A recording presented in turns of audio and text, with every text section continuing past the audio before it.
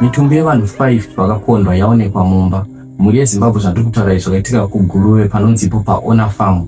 Ende pamitumbi yevanhu 5 yatiri kutaura nezvayo iyi pari kunzi pane 2 vana, murume nemukadzi, kwozoitawo vamwe gogo vechikuru avo vakutarisira kunzi vanga vane 66 years. Tsaona yekukondwa kwevanhu iyi yakaitika kumanheru usiku chaiwo. Ende vanhu ava vakaonekwa nenzira yekudai sona. Maneighbors kana kuti manext door akanzwa mheremhere nguva yeusiku.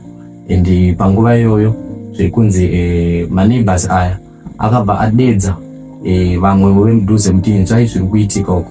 Asi vakangozoenda vachisvika pamba paipe paitika tsaona iyi, ndipo vakabva vasvika vakaona pamba pakazara ropa, kubva pachivanze chedu chepamba pakazara ropa. Pavakandopinda mumba ndipo vakaona mitumbi yemhuri yese yeipapo, vanhu 5 vanga vari mumba imomo, vese vanga vakatofa vachiratidza kuti vakondwa. Asi zviri kunzi pamitumbi iyi pane mumwe murume uyu anonzi iye Tendai Zvitsa, anga ane 40 years. Murume uyu zviri kunzi anga ari mupenyu patime iyoyo but anga apondwa.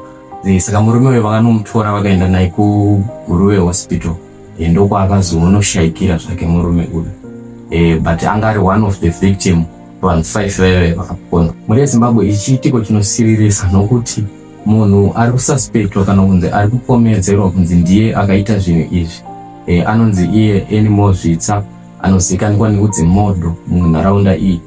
Munhu uyu anotonzi iye hama kana kuti anotori nehukama nevanhu vakaponda ava, kureva kuti he is part of the family and akazoponda hama dzake idzi. Saka zviri kunzi patime yaakaponda vanhu ava, iye akabva atoenda musango akatsakatika. Panguva iyoyo haana kubvira awanika munzvimbo, saka zvekutarisira kunzi iye anogona akaenda musango kana mune mamwe makomo ari padhuze penzvimbo iyoyo. Zviri kutarisira kunzi mapurisa akabuditsa imbwa dzavo, mapolice dogs nemamwe maservice anokwanisa kuti vatsvage mhondi iyi.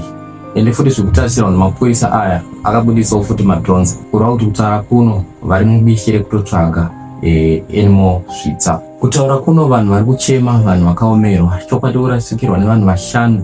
Chiitiko ichi chinosiririsa mhuri yeZimbabwe nekuti panoitika rufu romunhu 1 chairo vanhu vanorwadziwa zvakanyanyisa, asi panofa vanhu 5 pamusha umwe chete. Zvinorodza mhuri yeZimbabwe. Tinofungira kudai nezitherapy vadai nekunokwanisa kuwana mhondi iyi nekukasika, nokuti zviri kutarisirwa kunzi mukomana uyu anotori nevamwe vanhu vaakaponda kumashure mukati menzvimbo iyi.